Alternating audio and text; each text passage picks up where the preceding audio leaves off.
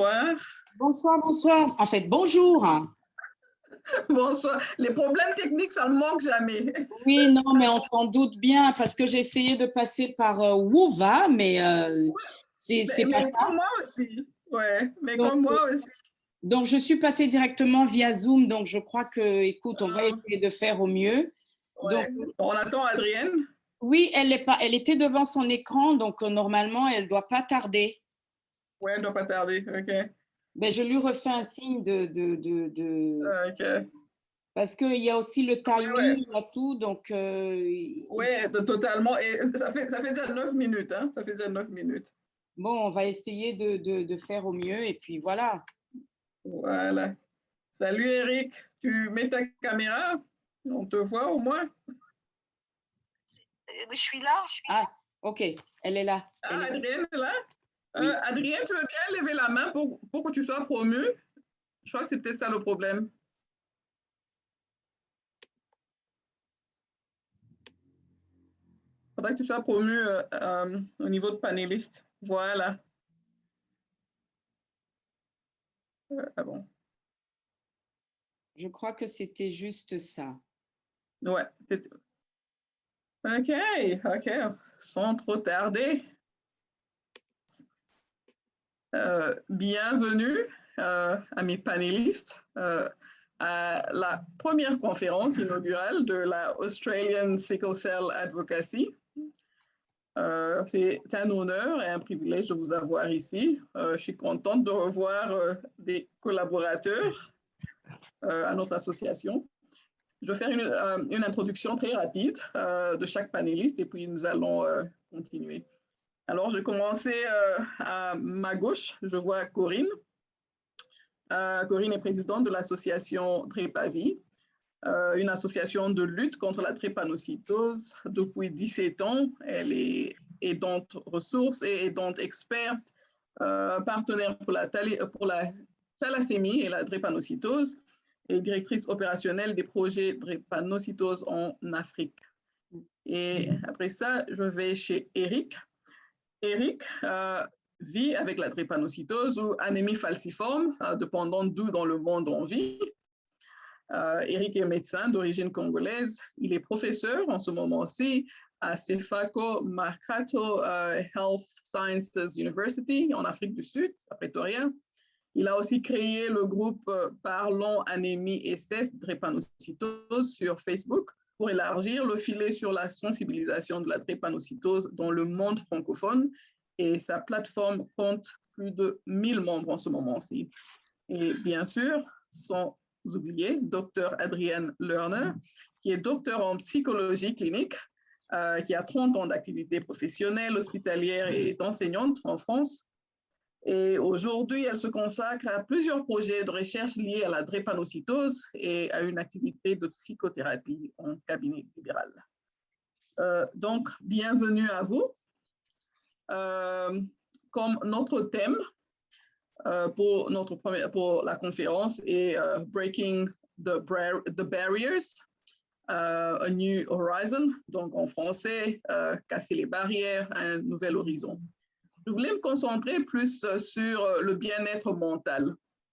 Et bien sûr, je voulais avoir vos perspectives qui sont différentes.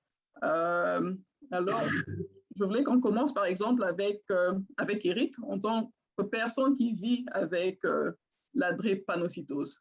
Et je voudrais savoir si tu peux nous parler des aspects mentaux de cette condition.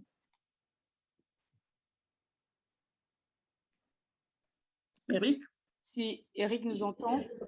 Sinon, à la limite, tu pouvais terminer avec lui. On fait un regard association, psychologue, et peut-être lui, il termine en tant que médecin et en tant que personne vivante avec, okay. Je ne sais pas. Mais je sais pas on si le voit pas. On ne le voit pas sur l'écran, là. On ne le voit pas. Peut-être qu'il a un problème. OK. Alors, pendant qu'il a un souci, alors on peut commencer avec Corinne. Oui. Côté association. Donc, moi, côté associatif, donc, en tant que, je vais rajouter aussi, une formation en éducation thérapeutique. Donc, on appelle ça, en fait, comme je ne suis pas drépanocytaire, mais c'est aidant. En fait, c'est des aidants experts et aussi une formation parce il y a patient expert, patient ressources. Donc, il y a la même chose, aidant expert, aidant ressources. Donc, je vais parler par rapport à ça, les personnes qu'on accompagne. On sait très bien que la drépanocytose, maladie génétique héréditaire, on ne va pas refaire le topo dessus, qui est une maladie chronique. Et cette maladie, donc on sait que c'est une maladie de la douleur par rapport aux gens que je suis ou avec qui je suis, une maladie de la douleur. Or, cette douleur a plusieurs retentissements. Donc, les retentissements sont multiples, ils sont physiques, parce que la douleur, elle est là, on la voit, et il y a un retentissement qui est un peu invisible, c'est tout le côté moral et psychologique. Donc, si on reste que sur le retentissement psychologique, elle est déjà liée à l'effet même de la maladie sur le corps, donc sur les drépanocytaires. Elle a son impact sur l'ensemble de la vie relationnelle des patients ou des warriors. Quand je parle de la vie relationnelle, c'est tout ce qui est vie sociale, leur vie familiale, leur vie professionnelle, leur projet de vie. Par exemple, quand je pense au projet de vie, je pense aux femmes drépanocytaires qui doivent voir par rapport si elles sont sous traitement, comment on doit faire, est-ce que je vais avoir des enfants ou pas. Donc, il y a un impact par rapport à ça. Et aussi, la drépanocytose, sur ce retentissement, c'est lié à la culture. Il y a la culture, donc il y a plusieurs. Maintenant, on voit, moi, ces derniers temps, au niveau de Strasbourg, j'ai vu des familles syriennes qui arrivaient. Donc, les personnes étaient drépanocytaires. Hein, et il y avait aussi cet accompagnement interculturel qu'il fallait apporter parce que c'est un peu compliqué au niveau de la langue, au niveau des coutumes même. Donc, tout ça, ça fait partie du retentissement. Et je pense aussi aux parents. Donc, ces derniers temps, je suis rentrée du Tchad, j'ai beaucoup vu des parents d'enfants drépanocytaires, donc une maman à qui on avait annoncé que l'enfant était drépanocytaire. Elle est restée dans le déni. Moi, je suis restée 1 mois au Tchad. Pendant 3 semaines, elle est restée dans le déni parce que pour elle, il y avait un climat d'angoisse. Elle ne comprenait pas cette pathologie puisque elle n'était pas, entre guillemets, malade. Donc, elle ne comprenait pas pourquoi on disait que son enfant, qui avait l'air très bien portant, était malade. Donc, un sentiment de culpabilité, la déception aussi, et tout ça, ça joue un rôle, ça fait un climat psycho-affectif et ça joue vraiment un rôle. En fait, quand je dis un rôle, il y a une complexité dans la fonction parentale puisque la maman, elle s'est dit, mais toute ma vie, je vais avoir un rôle de soignant. Donc, vraiment, c'est vrai que ça englobe une souffrance physique. Mais alors, Corinne, donc avec ça, on voit encore plus l'importance du plaidoyer, l'importance du retentissement dans l'éducation Oui. Et de la sensibilisation, quoi. Parce Exactement. que quand on arrive au point où, bon, on nie encore, et surtout quand on vit dans des régions où c'est quand même assez endémique en tant que pathologie. Donc, ça montre que il y a encore beaucoup d'espace pour les associations pour faire du travail là-bas. Exactement. Et justement, en parlant des associations, et je vais laisser la parole à Dr Adrienne Lerner, en parlant des associations, justement, les associations ont leur travail de faire parler les familles qui sortent de ce silence, parce qu'il y a un silence, il y a un tabou derrière. Cette maman qui était dans son climat d'angoisse, elle, à un moment, elle a dit réellement, moi j'ai honte, je veux pas que ma famille sache que j'ai un enfant malade. Elle avait un sentiment de honte. Donc, non seulement notre travail associatif… Et dis-moi, Corinne, juste parlons du sentiment de honte. Je me demande d'où cela vient. Quelle est l'origine de ce sentiment-là? On ne parle pas des maladies chroniques. Tu as une idée sur l'origine de ce sentiment? Les deux parents, ils ont l'air en pleine forme, ils sont très bien et on leur annonce que leur enfant a une maladie. Et en plus, l'annonce aussi, il faut qu'on la travaille aussi. On leur annonce en disant, d'ailleurs, on n'avait pas dit votre enfant a la Alors, avec ça, Corinne, je te coupe là. Je veux passer à Dr. Lerner parce que je sais que ça exactement. Je rajouterais juste, avant de, justement, les associations doivent travailler vraiment avec les psychologues parce qu'on a besoin de leur soutien pour expliquer deux fois certains points qui, en fait, qui sont, entre guillemets, on dit inexplicables, mais tout s'explique. Donc, Adrienne, je te laisse la parole. Merci. Très bien, Corinne, tu as dit des choses absolument pertinentes. Donc, mais par contre, tout ne s'explique pas. Et le grand malheur dans la vie, c'est qu'il y a beaucoup de choses qui ne s'expliquent pas malgré que les médecins cherchent à donner des explications. Donc, ce que tu as dit qui est absolument primordial, c'est la question de culture. Et culture en Afrique, culture en France, culture partout. La maladie est toujours insérée dans un contexte culturel qui influe énormément. Et cette idée de honte, ça varie, mais on trouve toujours un peu de honte. Et je crois qu'avec le terme guerrier que vous utilisez en Australie, mais qui n'est pas du tout encore courant en France, ça me semble où il faut aller, le warrior, le guerrier. Ouais, en fait, pas pour t'interrompre, Adrienne, c'est un terme qui a été créé par une Nigériane américaine. Et quand elle a commencé à l'utiliser, je ne me rappelle plus de son nom, c'était effectivement pour, je crois que c'était pour déclencher cette honte-là et dire je suis là, je m'assume, oui, je vis avec la drépanocytose, mais je suis en fait plus forte que beaucoup. Ouais. Ouais, là, je termine un livre où là, je ne sais pas si vous voyez, la honte est un sentiment révolutionnaire. Donc, comment contourner, dépasser ce sentiment de honte que toutes les familles, je crois, éprouvent, n'osent pas le dire pour des raisons différentes, qu'elles ne se sont pas informées, qu'elles ont fait un mauvais enfant, que les gènes sont mauvais, que tout peut être dans cette honte, mais l'idée d'être guerrier, warrior, est dépassée. Ça ne m'étonne pas que ça vienne des US parce qu'ils sont quand même dans des problématiques assez violentes, mais l'idée de promouvoir guerrier en France et dans les pays francophones pour unifier et dépasser ensemble. Parce que jusque très récemment, même encore aujourd'hui, les familles vivent très isolées, n'osent pas en parler. Tout récemment, un entretien où la famille a toujours pas dit à leurs parents au Congo que l'enfant est malade. Il dit, c'est entre nous, c'est intime. Donc, l'enfant qui est plutôt silencieux et renfermé, parce qu'il y a ces interdits d'en parler. Donc, comment dépasser ces tabous? C'est tout un travail ensemble avec les associations, les psychologues, les médecins. Et à partir du moment de l'annonce où, effectivement, comme tu as dit, à Paris, avec Dr. Odievre-Trousseau, on essaie de vraiment réfléchir sur le protocole, la façon d'annoncer une mauvaise nouvelle qui ne sera pas jamais bonne, mais pour permettre les familles d'intégrer l'information et puis avancer.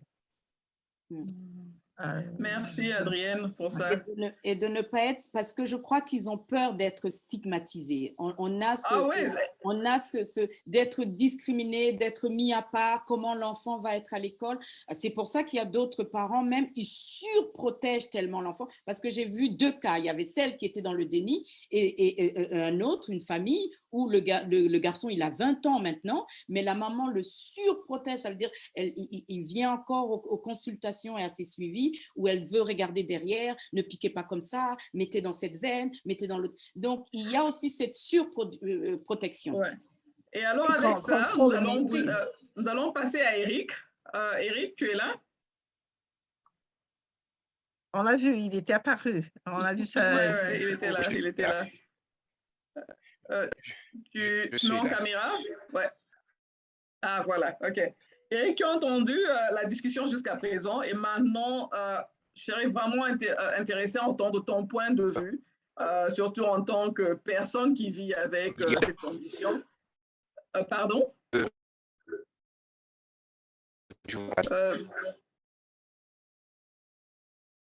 Peut-être tu peux éteindre ta vidéo. Peut-être tu devrais éteindre ta vidéo. Juste, si tu éteins la vidéo, je crois que le son va... Eric, ça s'entrecoupe. Esprit.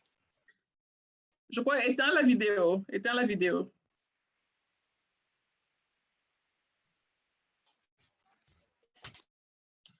Oh là là. OK. OK, on donne un moment à Eric, mais OK, bon, on continue avec... tu peux éteindre la vidéo, Eric, parce qu'elle est encore allumée et je crois que c'est ça qui t'empêche de bien communiquer.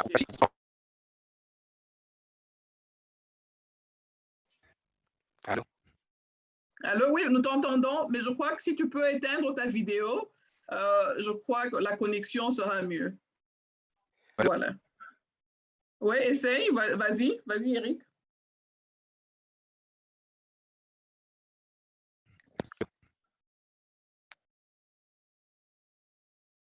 Eric? Oh, c'est dommage, on a perdu Eric. OK. OK. Et déjà, on me dit que nous avons 5 minutes. Nous avions déjà perdu. OK. OK. Et alors, avec ça, je crois que je vais retourner à Dr. Lerner, à Adrienne. Qu'est-ce qu'on peut faire pour essayer de casser cette grande barrière de honte, de casser ce cycle de stigmatisation? Parce que je crois qu'une fois qu'on peut le casser, on peut franchir cette barrière-là, ça pourra vraiment aider à la sensibilisation et même à beaucoup de gens de mieux vivre avec cette drépanocytose. Mais je crois que c'est que par la politique et que les politiques saisissent et en parlent.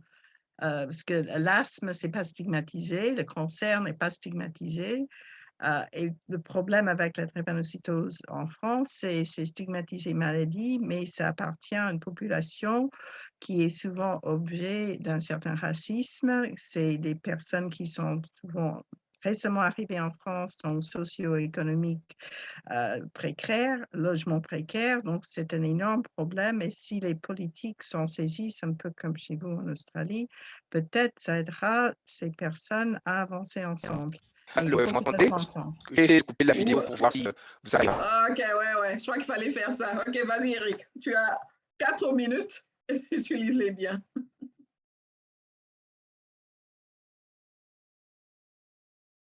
Eric, tu es là? Oh là là. OK. Alors, Corinne, parlons encore de l'annonce. Nous pouvons parler de l'annonce et je crois que nous avons forcément besoin du point de vue d'Adrienne. Comment on le fait mieux? Comment on annonce mieux sans traumatiser? Parce que je crois que c'est ça le problème. Corinne, ton son ne fonctionne pas. Corinne?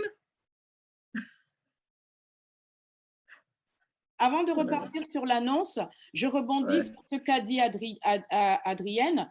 Donc, il faut beaucoup de communication parce que jusqu'à présent, il y a... Eric est là de nouveau.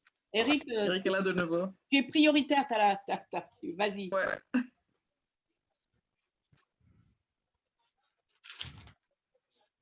Est-ce qu'il nous entend ou pas? Ah, il y a son truc micro. Ouais, je crois qu'il y a un problème avec son micro. OK, j'entends. OK, tu essayes? OK, vas-y.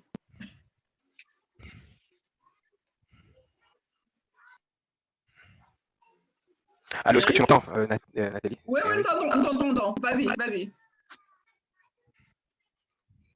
Allô, là, mais j'ai l'impression qu'il y a un retard. C'est pas grave, vas-y. Okay. Alors, il y a, par rapport à la honte qu'il y a par rapport à la drépanocytose, c'est pas seulement un problème des pays, oui, c'est pas seulement un problème des pays en Afrique, en Afrique même, un problème de et les familles qui ont des enfants en drépanocytose. Il y a une raison, je doute, mais peut-être le fait que bon, ce sont des enfants très fragiles qui, en Afrique, finalement, quand les moyens ne sont pas présents, meurent quand même avant un certain âge. Il y a donc cela qui peut être l'une des choses. Et généralement, certains ménages divorcent parce qu'il y a un enfant drépanocytaire, et c'est souvent la femme qui est mise à l'index comme si il n'y a que elle qui est, disons, le parent qui a causé la drépanocytose. Il y a tellement de tabous par rapport à cette maladie. Grandissant, moi-même étant drépanocytaire, je suis maintenant médecin, je suis au-delà de 50 ans maintenant, mais je sais que les choses que j'ai entendues, les choses que j'ai vues, qui m'ont été dites en général, sont du genre à décourager la personne drépanocytaire qui, s'il n'a pas un ressort psychologique très fort ou même soutien social suffisant, notamment dans la famille, peut se laisser au découragement. Et il y a des choses dans le genre, il y a des enfants drépanocytaires qu'on ne laisse pas aller à l'école parce que, bon, effectivement, moi, personnellement, j'ai été hospitalisé tous les ans de toute ma scolarité jusqu'à l'université, mais cela ne m'a empêché de passer et devenir médecin. Alors, la surprotection, il y a quelqu'un qui parle de la surprotection, effectivement, les parents sont extrêmement protectifs, même maintenant que je suis le travail. Oh, oh là là. Ça Ok, en tout cas, oui, je comprends ce qu'il dit. ouais, ça se coupe, mais en tout cas, je promets que nous devons parents avoir une sont autre protecteurs. conversation. Parce que peut-être qu'ils ont toujours cette peur, cette hantise de voir. Allô, de voir. Allô, vous m'entendez? Oui, oui, oui. Bon, le drépanocytaire, personnellement, même sa famille a besoin d'un soutien psychosocial, tout ça.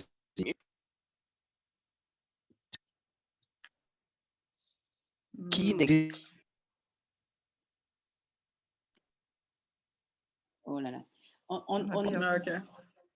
C'est vraiment dommage et nous n'avions que 30 minutes, mais je pense que c'est une conversation qui mérite encore plus de temps. Exact. Et qui mérite qu'on puisse nous y approfondir encore plus. Alors, avec ça, je promets en tout cas que nous aurons une autre collaboration. Surtout dans les pays africains, je ferai plus. Ça coupe. Bien que c'est un pays qui n'a pas beaucoup de drépanocytose, il n'y en a pratiquement pas. Les malades viennent d'autres pays africains, mais dans les pays comme le Congo, mon pays, le Nigeria, l'Ouganda, où il y a plein de drépanocytes psychosociales qui sont adéquats. Alors, s'il y a des questions, peut-être que les aborder. Eric, je suis désolée, il est 22h31 maintenant. Nous avons, time is up, oui, malheureusement. En tout cas, je voudrais bien continuer cette conversation, mais je voudrais vraiment vous remercier tous les trois de nous avoir rejoints à notre première conférence. C'est vraiment un plaisir et bien sûr, nous comptons en avoir une chaque année, donc pour l'année prochaine, et j'espère que nous aurons plus de temps pour vraiment élaborer sur cette conversation. Présentiel en Australie. Ouais, j'espère qu'en Australie, ouais. Et j'espère en tout cas qu'on pourra même, nous pourrons nous réunir cette conversation avant même, avant la prochaine conférence. Et en tout cas, je vous remercie beaucoup. De rien. Merci à toi.